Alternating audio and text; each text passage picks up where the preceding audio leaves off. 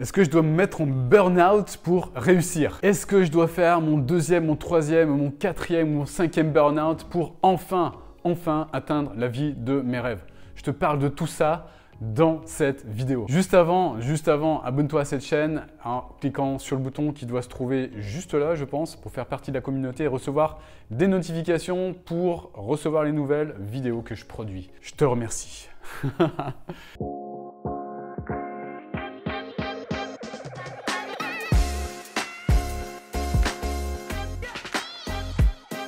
Donc, est-ce qu'on doit se mettre en burn-out pour absolument réussir? Je vois beaucoup de monde qui a cette croyance que pour avancer, pour réussir, il est nécessaire de cravacher. Je vois beaucoup de personnes qui se disent « Ouh là là là là là là, mais moi, si je dois mettre en place les choses, je vais me mettre en burn-out parce que moi, je suis sujet ou sujette au burn-out et par conséquent, si je commence à mettre en place des choses, si je commence à me passionner pour ça, c'est sûr, je vais tomber en burn-out. » Moi, je ne suis pas tout à fait d'accord avec ça. Pourquoi? Parce que, évidemment, il y a des personnes qui se laissent embarquer comme ça dans le travail. Ça, je sais parce que moi-même, je faisais partie de ce type de personnes. Je sais que ça peut être très facile d'arriver à poser des limites par rapport à ce qu'on produit. Après, par rapport au fait de mettre en place une activité de coaching, une activité qui cartonne vraiment, est-ce que c'est nécessaire de se cramer? Eh bien, moi, je le pensais avant. C'est-à-dire que quand j'ai commencé, il y a quelques temps, j'ai commencé vraiment à mettre en place les choses de façon, si je puis dire, stakhanoviste. C'est-à-dire que j'étais convaincu qu'en fait, je devais bosser comme un taré sur ce que je mettais en place en fait. Donc ce qui se passait, c'est que je n'avais pas forcément de trame qui était claire au départ.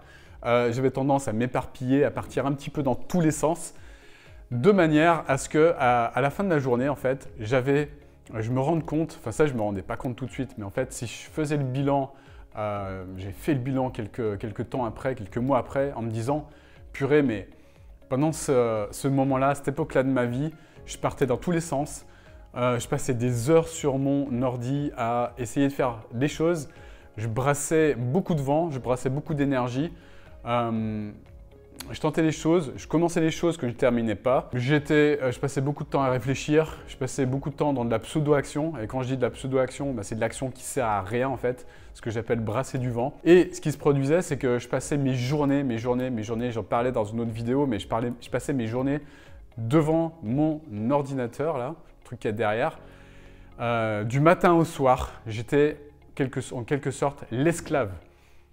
J'étais devenu l'esclave de mon ordinateur, c'est exactement ça. J'étais devenu l'esclave de mon ordinateur, je passais des heures et je voyais personne. J'avais une vie sociale qui se limitait au strict minimum, voire même qui était néant, qui était nul. Et ce qui se passait, c'est que j'étais épuisé parce que justement, je faisais des choses qui n'avaient pas forcément de sens pour moi. Pourquoi? Parce que je voyais l'entrée du labyrinthe, mais je ne voyais pas la sortie.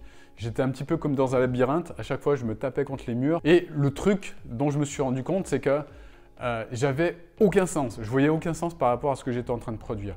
Du coup, je me cramais. Du coup, j'étais à la limite du burn-out. Du coup, j'étais pas du tout heureux. Et puis, en plus de ça, j'avais des résultats de merde parce que j'avais pas de trame précise à suivre pour avancer dans la bonne direction et surtout comprendre quelle était la sortie de ce labyrinthe dans lequel je me trouvais. Donc ça, c'est des choses qui touchent bien sûr les personnes. Il n'y a pas que les personnes qui sont soi-disant susceptibles de tomber en burn-out, c'est tout le monde en fait. C'est-à-dire que quand tu n'as pas de sens, quand tu n'as pas un pourquoi fort, quand tu ne sais pas exactement ce que tu veux faire, qui tu veux aider, c'est compliqué en fait. C'est compliqué parce que tu te crames, tu t'épuises à faire des choses qui n'ont pas de sens, qui servent à rien. Si tu regardes bien, toutes les personnes qui entrent en burn-out, elles ont ça en commun qu'elles ne trouvent plus de sens dans ce qu'elles font en fait. Elles ne trouvent plus de sens dans ce qu'elles font au niveau professionnel. Et c'est pour ça qu'elles s'épuisent en fait. Pourquoi? Parce qu'elles ont passé une ligne, elles ont dépassé une ligne. Bon, c'est beaucoup plus complexe que ça évidemment, mais c'est une particularité, c'est qu'elles ont passé une ligne et en passant cette ligne, elles n'arrivent plus à remonter la pente en fait. Donc une pente descendante évidemment qui les fait tomber dans un enfer de travail. Je le sais, je l'ai vécu, donc Je sais ce que ça fait. Je l'ai vécu dans une entreprise dans laquelle j'ai travaillé également par le passé. Je ne suis pas arrivé à des extrêmes comme certaines personnes ont pu le faire, mais en tout cas, je comprends tout à fait ce qui se passe quand on est dans ce schéma-là. Pour répondre à la question initiale, est-ce que c'est nécessaire de se mettre en burn-out, d'entrer en burn-out pour avoir des résultats? Évidemment, la réponse est non. Pourquoi? Parce que à partir du moment où on a vraiment du sens, on a un pourquoi fort, où on est en alignement complet avec ses valeurs, quand je parle de valeurs, ce sont vraiment les valeurs intrinsèques à la personne, ce que j'appelle les valeurs hautes, mais ça c'est un travail à faire, ce n'est pas les valeurs institutionnelles comme la bienveillance, l'amour, ce genre de choses. Non, ce sont les vraies valeurs intrinsèques à la personne. Donc si on est en accord avec ces valeurs-là, et puis également, si on a une trame bien précise qui permet de suivre un nombre d'actions nécessaires par jour, eh bien ça ne sert à rien de se mettre en burn-out et ça ne sert à rien de dépasser les actions nécessaires. Et les actions nécessaires, elles se limitent à 3, 4 actions par jour, pas plus. Et ça ne sert à rien d'en faire plus, ça ne sert à rien. Pourquoi? Parce qu'on stoppe une fois les actions terminées, on se sent fier de nous de les avoir réalisées et on avance. C'est marrant parce que c'était hier, j'interviewais une cliente qui était justement comme moi avant, c'est-à-dire qui avait fait un burn-out en fait, mais un burn-out beaucoup plus sévère que moi ce que j'ai pu vivre. Une personne qui, d'ailleurs, elle a témoigné, tu pourras voir les témoignages, c'est une personne qui était DRH en fait, qui a vécu un gros burn-out, un burn-out sévère, qui a commencé l'accompagnement, donc on connaissait un petit peu son parcours, évidemment. Eh bien, nous, ce qu'on l'a aidé à faire, avec sa personal coach également, c'est lui permettre de réaliser uniquement les actions nécessaires pour qu'elle avance et pas plus, et qu'elle arrive à stopper à la fin de la journée, ou même à midi, si elle a terminé ces 3 actions, c'est parfait. À partir du moment où elle a terminé ses actions, stop, on profite de sa famille, on profite de ses amis, on profite des choses qui sont importantes dans la vie, et on arrête.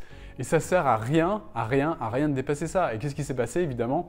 Tu regarderas le témoignage de cette personne. Tu regarderas le témoignage, mais qu'est-ce qu'elle dit dans ce témoignage? Elle est emplie de gratitude à la fin de l'accompagnement parce qu'elle a réussi non seulement à mettre en place un business prospère, trouver des clients, etc., mais elle a réussi également à trouver un alignement et puis un bonheur personnel pour qu'elle puisse vivre de son activité. Et c'est vraiment une personne qui est maintenant épanouie parce qu'elle vit de son activité de coaching à 100%. Et elle s'éclate à transformer la vie de ses clients. Elle aide ses clients à rebondir professionnellement. Je te laisserai regarder le témoignage de cette personne. Si tu le souhaites, dans nos témoignages, je mettrai un lien dans la description de cette vidéo. Pour répondre à cette question, ce n'est pas la peine du tout de rentrer en burn-out et ce n'est pas ce qu'on demande dans notre accompagnement. Loin de là, au contraire. On fait tout le travail nécessaire pour que la personne retrouve du sens, un pourquoi fort. Elle trouve l'alignement entre ce qu'elle veut faire, ce qu'elle sait faire, le besoin du marché, puis quelque chose qui va peut-être te sembler un peu ésotérique, mais ce pourquoi également cette personne est là, sur cette terre, maintenant. Donc, on trouve un alignement parfait, on retrouve du sens. Et évidemment, les actions, elles ont du sens. Les actions, elles sont faites avec le cœur, en alignement également avec les valeurs intrinsèques, les valeurs hautes de la personne, ce qui fait que on les fait avec plaisir, on les fait avec bonheur, ces actions. Et on ne va pas plus loin, ça sert à rien. Je vois des personnes qui sortent d'accompagnement parfois sur les rotules sans résultat, qui sont complètement dégoûtées parce qu'on leur demande de faire des trucs insensés, des trucs incroyables, de se cramer à la tâche, d'entrer en burn-out. Non, ça ne sert à rien. Je le répète, ça ne sert à rien de se mettre en burn-out pour mettre en place un business prospère.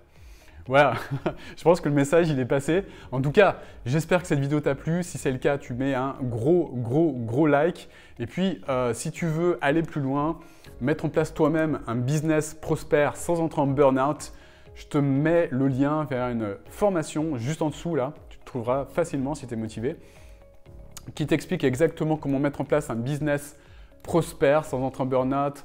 Si tu as un syndrome de l'imposteur, je t'explique comment passer au-delà et surtout casser ce syndrome de l'imposteur. Et je te donne toute la stratégie que j'utilise et que utilisent mes clients pour attirer des clients sans se mettre en burn-out, faire en sorte que ce soit les clients qui viennent à eux de manière ultra simple. Tu verras, la formation, elle est super simple à comprendre. Je te laisserai la trouver et puis encore une fois, abonne-toi à cette chaîne si elle t'apporte de la valeur, et puis partage et mets un like. Si ça t'a permis de comprendre des choses qui te font avancer. Voilà, je te souhaite en tout cas une magnifique journée et je te dis à très bientôt pour une nouvelle vidéo. Ciao, ciao.